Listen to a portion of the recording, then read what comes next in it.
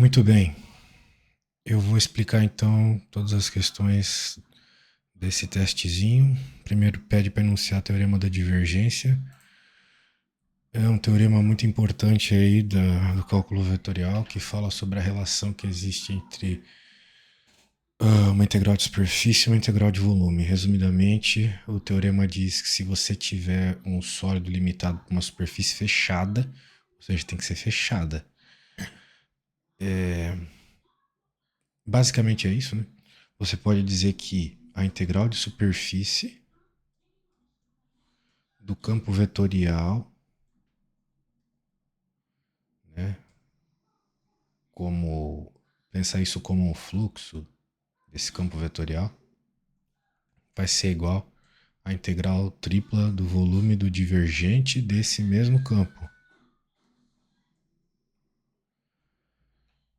Entendo o divergente, né, como o que ele é de fato. Ele é um cara que transforma um campo vetorial num escalar.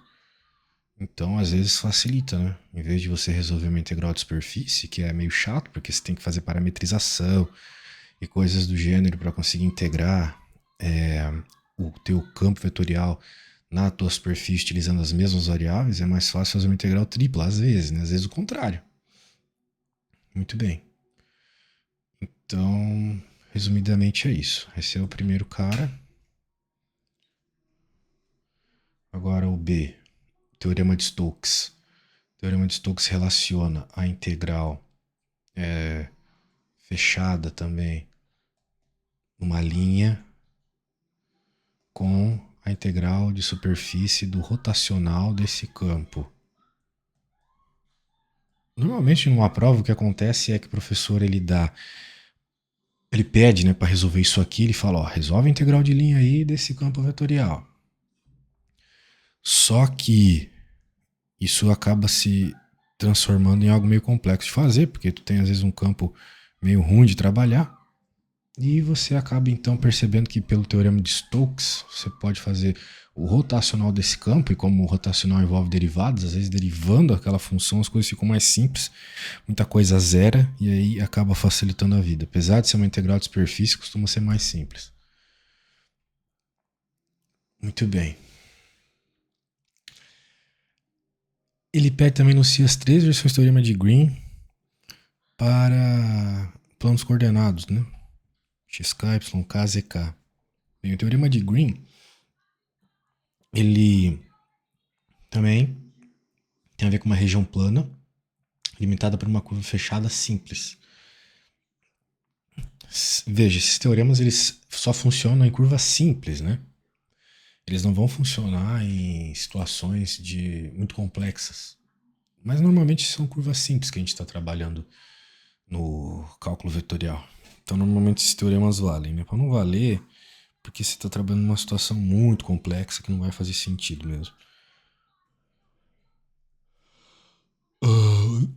Os teoremas do cálculo vetorial eles servem para coisas reais. Então, por exemplo, eles aparecem muito na física 3, né, no eletromagnetismo. Então, eles não vão aparecer em situações muito absurdas. Muito bem. Portanto, agora, uma forma desse teorema é você pensar assim, ó, você pode pensar melhor. Antes de eu escrever isso aqui, você vai pensar que você tem um campo vetorial que é dado por três coordenadas, P, Q e R. O campo vetorial, você sabe o que é, né? É uma parte lá do começo do assunto, onde é um vetor, só que esse vetor pode ser descrito por uma função, né? Não por números, como a gente está acostumado lá na álgebrazinha do começo da graduação. Então, se você tem um campo assim, você pode dizer que a integral de caminho do P dx mais o Q dy vai ser igual à integral dupla das derivadas desses caras, né? Ou seja, de novo você está transformando uma integral de linha, resumidamente, de caminho, de linha, em uma integral dupla. E óbvio, né? Aqui a gente está trabalhando numa das situações que ele cita ali. Em qual dos planos a gente está trabalhando aqui? No plano z igual a k. Essa aqui é normalmente o que aparece pra gente nos livros, pois é aquela que considera que você está trabalhando no eixo XY. E o eixo XY é o plano Z igual a K. Em especial, o vetor normal aqui é mais K, né? Bem, então é bem análogo às próximas coisas que a gente vai ter que fazer aqui. Ele pede para fazer para y igual a k, então vai ser praticamente a mesma equação, mudando apenas que onde tinha y agora vai ter z. Então p dx mais r dz igual a integral dupla del p del z menos del r del x dx dz. E o mesmo aqui por x igual a k. Normal sempre pro lado positivo. Então você vai ficar com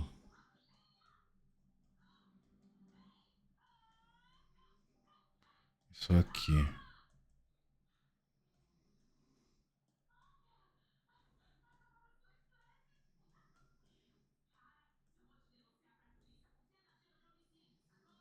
Muito bem.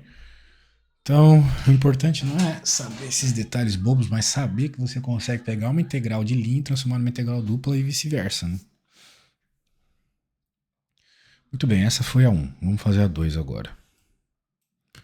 Agora a coisa começa a ficar um pouco mais complicada, né? Porque ele dá umas condições aqui pra gente, que são elipses, por sinal, e umas retas, e fala que o setor elíptico é delimitado por essa curva fechada aqui. Ele mostra a curva de um jeito que particularmente eu não estava muito acostumado em ver, então tive que dar uma estudadinha.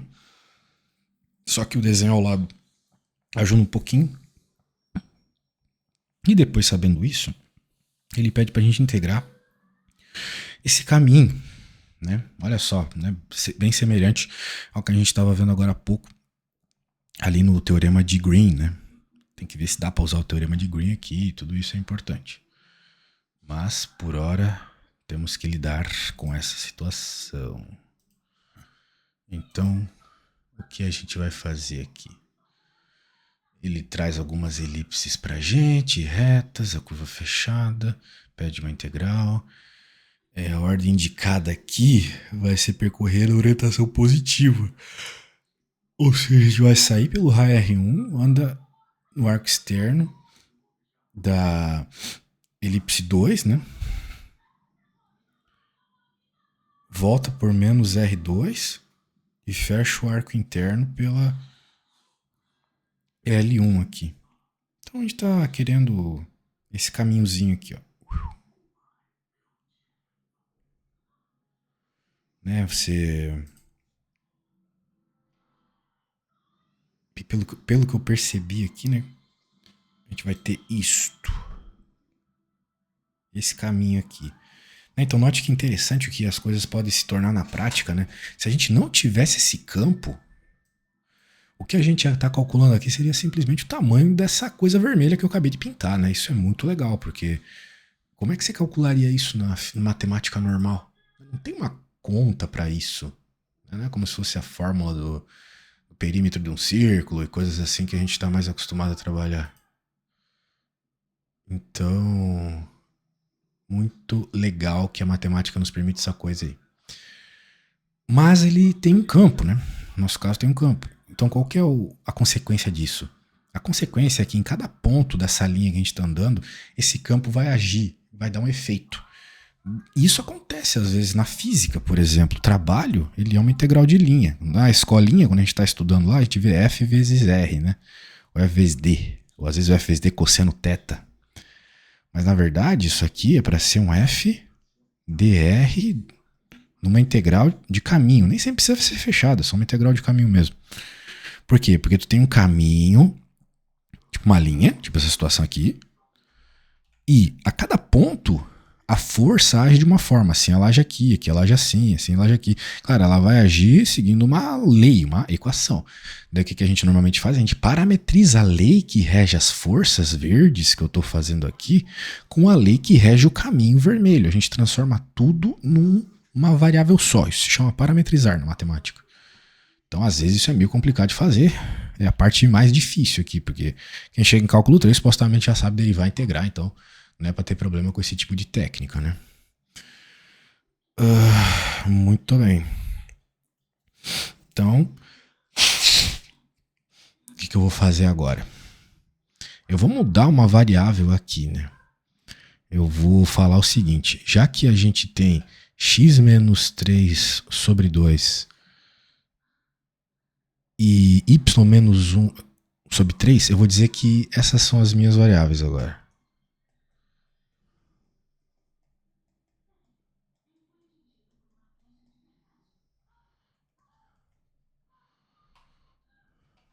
Sendo assim, eu consigo agora, uma vez que eu peguei esses caminhos, né, parametrizei aqui em termos de u e de v, eu vou poder escrever x e y em termos de u e de v.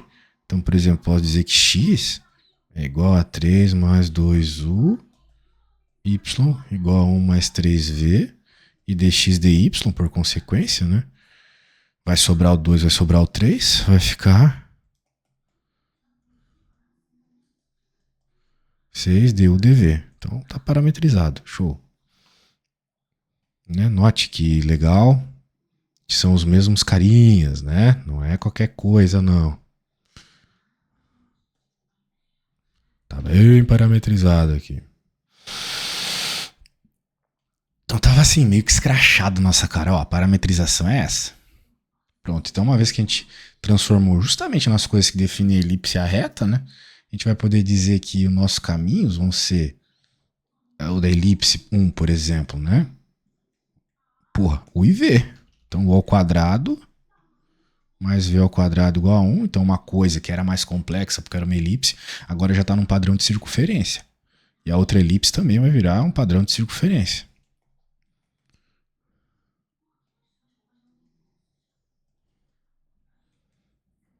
Então, isso aqui vai dar para a reta agora v igual a 1 raiz de 3u. E aí que tá, né? Eu consigo escrever a minha reta, a reta R1 em especial, dessa forma. E, além disso, eu posso até fazer uma coisa mais interessante que pode nos ajudar bastante dependendo da forma que a gente vai resolver essa integral. Porque quando a gente está fazendo cálculo 2, não cálculo vetorial, que é o caso aqui, a gente sabe que às vezes caminhos estranhos como esse, caminhos meio redondos como esse, é melhor resolver em polares, né? Só que para resolver em polares a gente precisa de alguma informação quando a gente tem uma reta passando. Qual? A informação do ângulo aqui. Só que essa informação não é muito segredo de achar agora que a gente já descobriu que o coeficiente angular dessa reta parametrizada é 1 sobre raiz de 3. 1 sobre raiz de 3 é uma outra forma de escrever raiz de 3 sobre 3. Então, esse é o ângulo que faz a reta ter um coeficiente angular de 1 sobre raiz de 3, ou raiz de 3 sobre 3. Raiz de 3 sobre 3 é um ângulo notável, que a gente já está bem acostumado a trabalhar. E é isso. Quem é o ângulo que faz a tangente da raiz de 3 sobre 3? É a tangente de 30, exatamente. Então, eu sei que se eu for falar de ângulo aqui, eu vou ter que o ângulo é π sobre 6. 30 em radianos é π sobre 6. A gente costuma usar radianos para esse tipo de coisa aqui. Agora, a outra reta, ela era claramente u e v aqui, né? Igual a v. Daí ficou mais fácil ainda, né?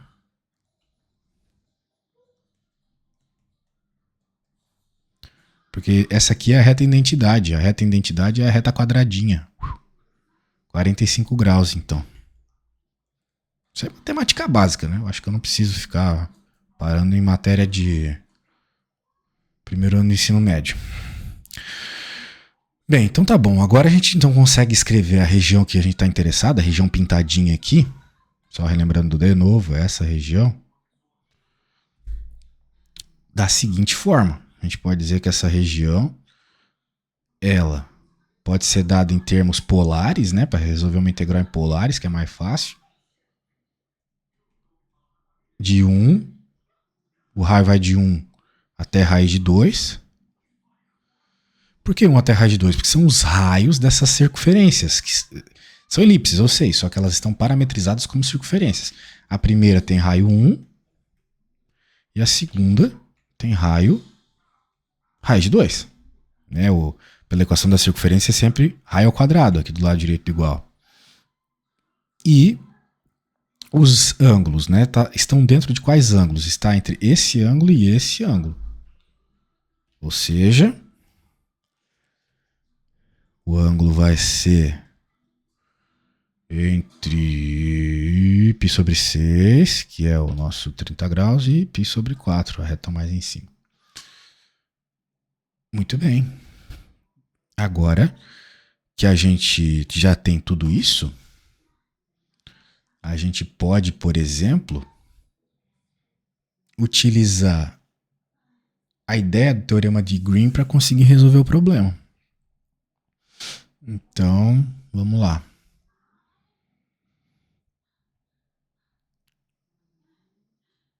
Vai ficar, por exemplo, olhando para o nosso campo aqui, né? Como eu já falei para você, esse cara seria o P e esse cara seria o Q naquelas equações que a gente estava conversando agora há pouco. Lá nas equações do teorema de Green.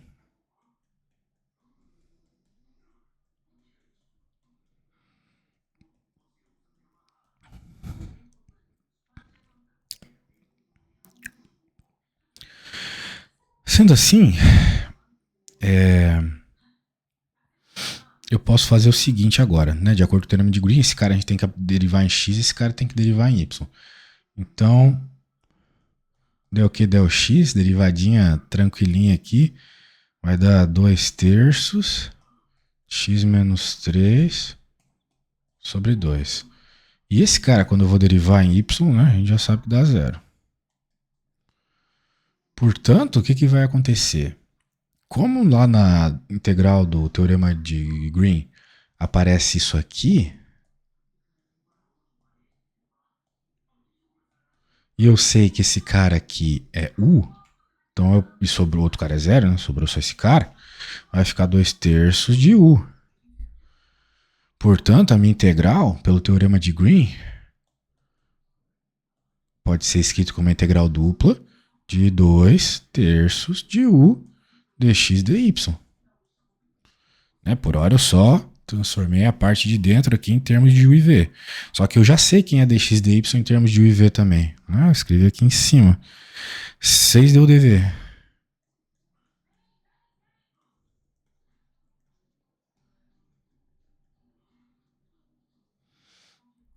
Ou seja, essa integral aqui vai ficar simplesmente 4. A integral da região que a gente está interessado, já que é uma integral dupla, né?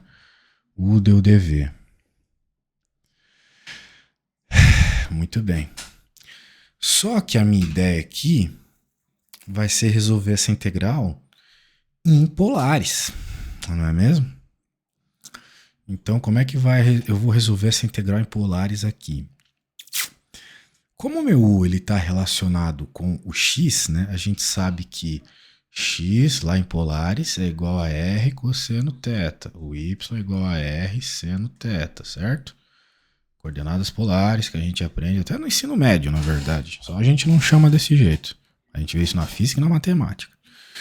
Então, no nosso caso não é bem x e y, né? No nosso caso é o e v. E o x e o y já foi, né? Já foi utilizado antes. Agora é o IV. Então em polares fica desse jeito. Portanto eu vou trocar o U por R cosseno θ. E vou trocar dV pelo jacobiano das coordenadas polares, que é o ρ de ρ de θ. É que eu estou chamando de ρ também. Então, a gente vai ficar com 1, 4. Agora a gente já pode colocar até os limitantes das coordenadas polares, que eu já defini lá em cima.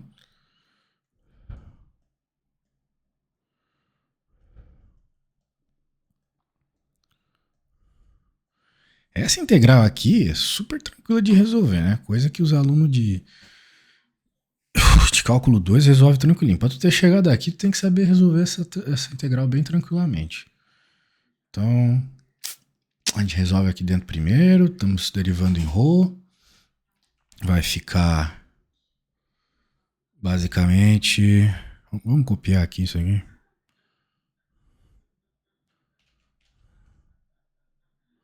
Só que eu vou apagar o ρ. E agora eu vou integrar só isso aqui. Vai ficar ρ ao cubo sobre 3 de 1 à raiz de 2. Isso aqui vai dar 2 raiz de 2 menos 1 sobre 3. Matemática básica. Depois você pode fazer para ter certeza que eu não estou viajando na minha conta que eu fiquei fazendo aqui. Agora, o que faltou?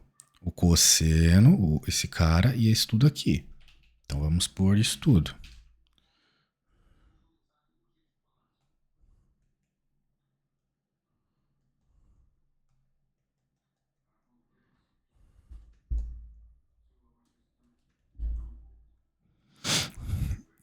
Vai ficar cosseno de θ, dθ. Integral de cosseno é seno, né? Esses limitantes, raiz de 2 sobre 2 e 1 meio. Fica a raiz de 2 menos 1 sobre 2. Pronto.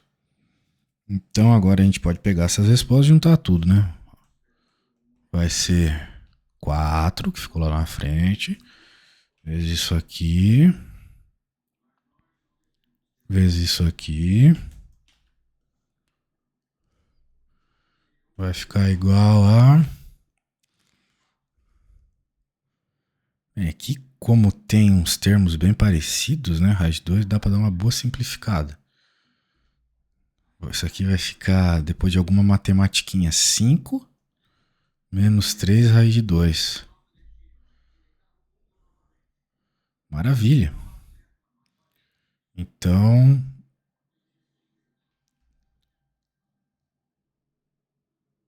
chegamos aí na respostinha.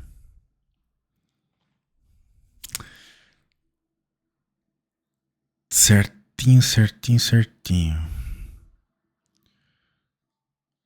Só que tô falando só dessa parte aqui de cima, né? Isso é isso. Então ainda tem o 2, que vai sobrar daqui, né? Corta, corta, sobra 2. Aqui ainda sobra um 3.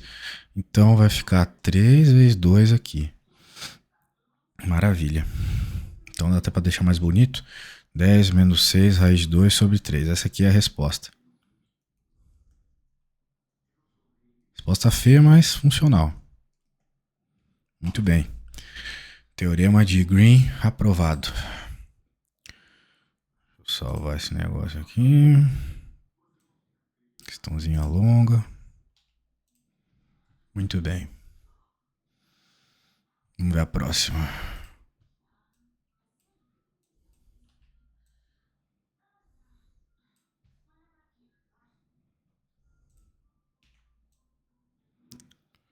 Outra questãozinha longa. Agora de elipsoide, ou seja, um objeto 3D. Então tem essa distinção, né? Até agora a gente estava nas integrais de cálculo vetorial de 2D. Teorema de Green é 2D, costuma ser mais simples, agora é 3D. Então elipsoide, tem um plano, cone elíptico, entre esses planos e a superfície fechada. Isso que é importante, né? Superfície fechada. Calcule a integral e superfície do fluxo desse campo vetorial. Bem, então, como é uma superfície fechada, a gente já sabe que vai ter que fazer o teorema, né? O nosso teorema de Gauss, ou o teorema da divergência, como seu professor chama. Tem uma coisa que eu tô achando meio estranha aqui, não sei se foi você que copiou ou se foi um colega, mas esse desenho tá muito pequeno, tá? Isso aqui não ajuda nem um pouco a pessoa a entender o que tá rolando. Então, vamos lá. Vou tentar fazer esse probleminha agora. De novo eu vou ter que fazer uma mudança de parâmetro, né? Para que a gente consiga transformar a elipse em algo legal de trabalhar. Então, como a elipse era ali o x menos 3 sobre 2, vai ser u de novo. Aqui vai ser v de novo. E agora aqui vai ser w. Beleza. Já fiz uma mudança de variável que ajuda um pouco. Então, obviamente, eu vou ter que derivar de novo x, y, z para encontrar o novo jacobiano.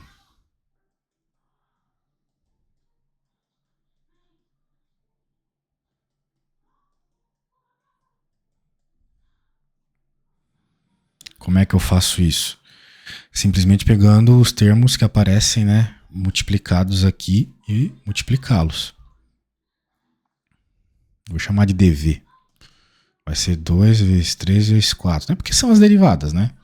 O jacobiano surge das derivadas. Então, derivada de u é 2, derivada de dy dv é 3, dz dw é 4, 2 vezes 3 vezes 4, 24. Então, dv é 24. Quem? Du dv dw. Ou seja, quando aparecer para mim dx, dy, dz, eu vou ter que trocar por isso. Isso é o que eu pago para tentar transformar um problema que era elipse, que costuma ser complicado de resolver, para um problema esférico, né? Um problema que costuma ser mais fácil, tem mais simetria. Então, aquela elipse toda zoada que a gente tinha aqui, igual a 4, agora eu vou poder dizer que é tipo uma esfera igual a 4, né?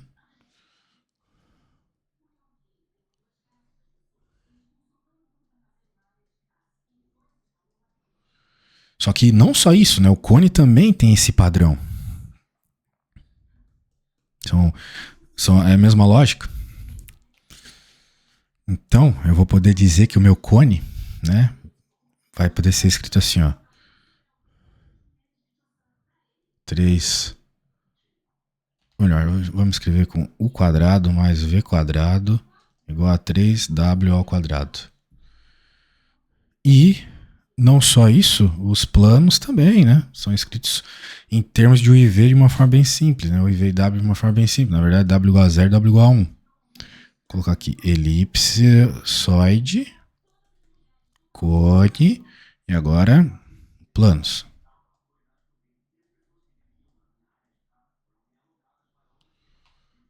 Muito bem. E de novo, né? Quando a gente está pensando em utilizar o teorema de Gauss, teorema de divergência, a gente sabe que a gente vai ter que resolver uma integral tripla. E lá a integral tripla, quando a gente está em cálculo 2 aprendendo isso, a gente aprende que integral tripla tem algumas parametrizações também que nos permitem resolvê-las. Por exemplo, resolver em termos de integral de cilíndricas ou esféricas, né? E aqui, como a gente tem um cone, numa situação como essa, a gente costuma trabalhar com cilíndricas. Então, vamos lá.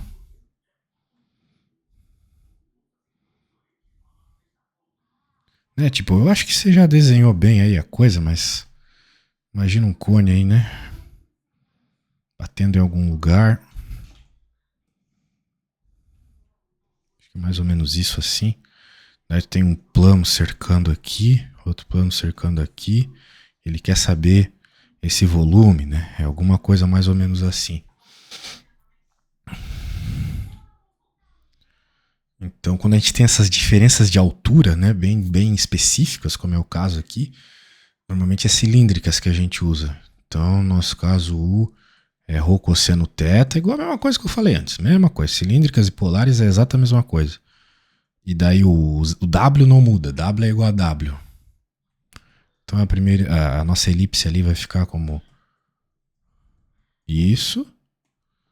O rho pode até ser dito como 4 menos W ao quadrado. E o conezinho posso escrever em termos de Rho raiz de 3W. Então, tal qual lá em cálculo 2, a gente consegue escrever os termos aqui do nosso sólido da seguinte forma.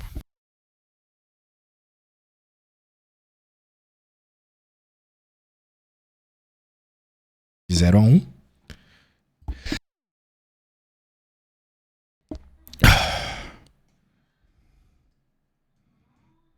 O raio fica aí entre as nossas duas superfícies. E o ângulo vai de 0 a 2π. Por quê? Porque eu estou pegando em toda a extensão tridimensional dela, né? Não estou pegando uma fatia, como se estivesse pegando um bolo, né? Estou pegando o bolo inteiro.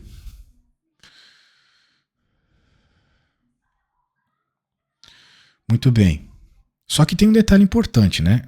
Vamos lembrar que, como eu escrevi agora há pouco, o teorema da divergência, que é esse primeiro aqui, ele fala de divergente. Divergente é um operador vetorial que tem a ver com derivadas. Acontece que a nossa função,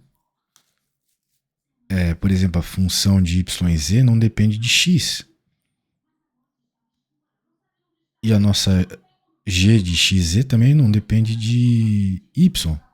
Então eu vou poder dizer o seguinte, né? Quem são essas coisas? São essas amiguinhas aqui, ó.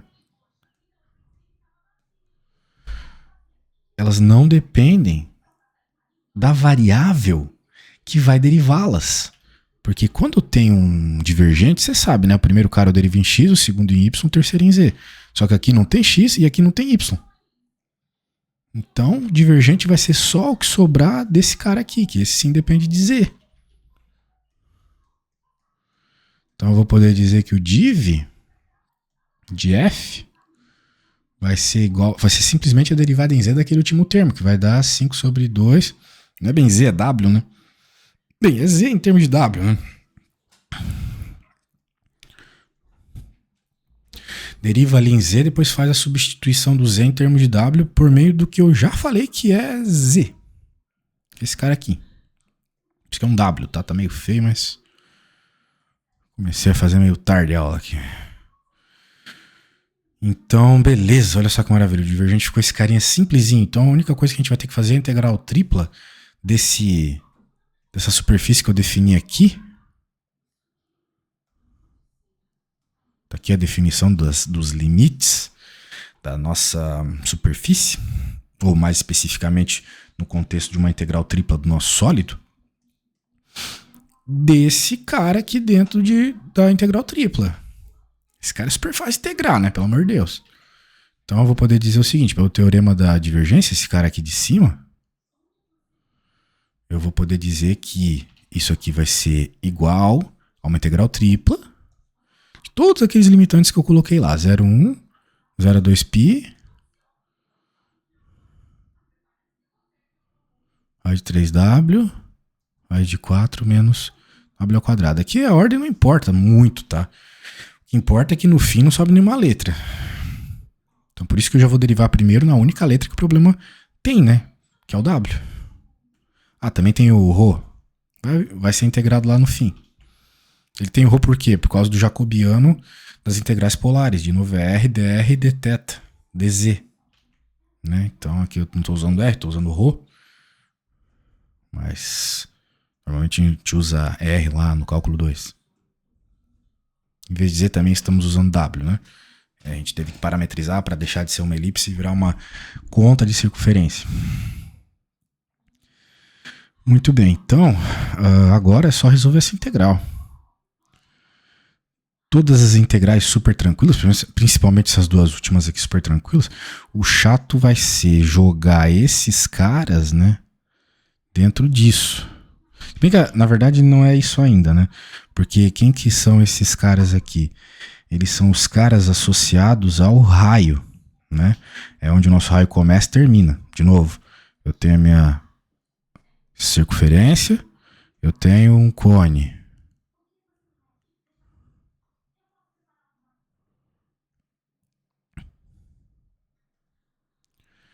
E aqui a nossa situação vai do 0 até o 1. Então imagina, né? Você tem aqui uma espécie de corte circular.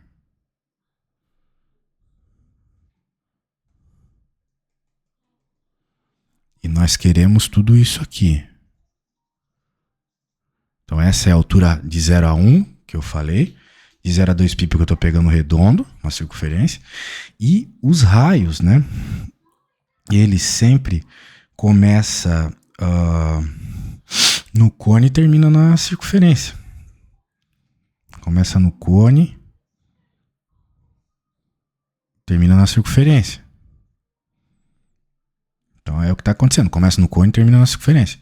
Só que isso é um raio. É o nosso raio saindo do cone e batendo na circunferência.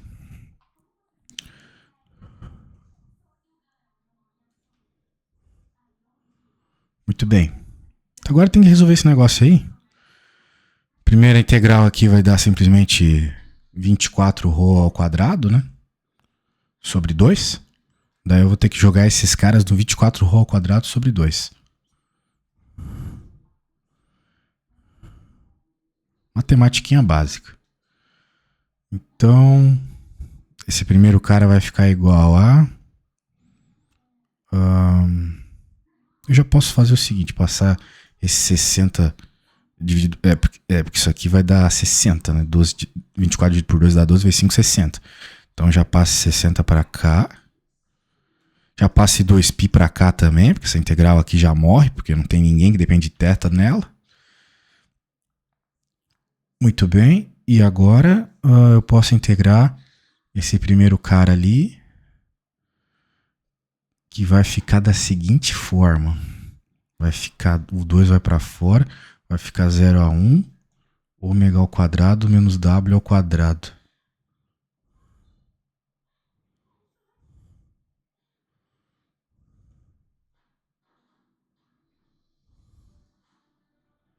Agora é só integrar esses w's aí, vai ficar w³ sobre 3, w² sobre 5, joga os valores, depois de alguma matemática básica aí, que eu tenho certeza que não é a sua dificuldade, vai ficar 2 sobre 15. Muito bem. Só que é 2 sobre 15 vezes essa integral aqui dá 2 sobre 15, né? 2 sobre 15 vezes todo esse cara aqui, que é 120 e 240. 240π. Então, 240 por 15 dá 32. Vezes 2 dá 32. Maravilha. Então, chegamos em mais uma conclusãozinha aí.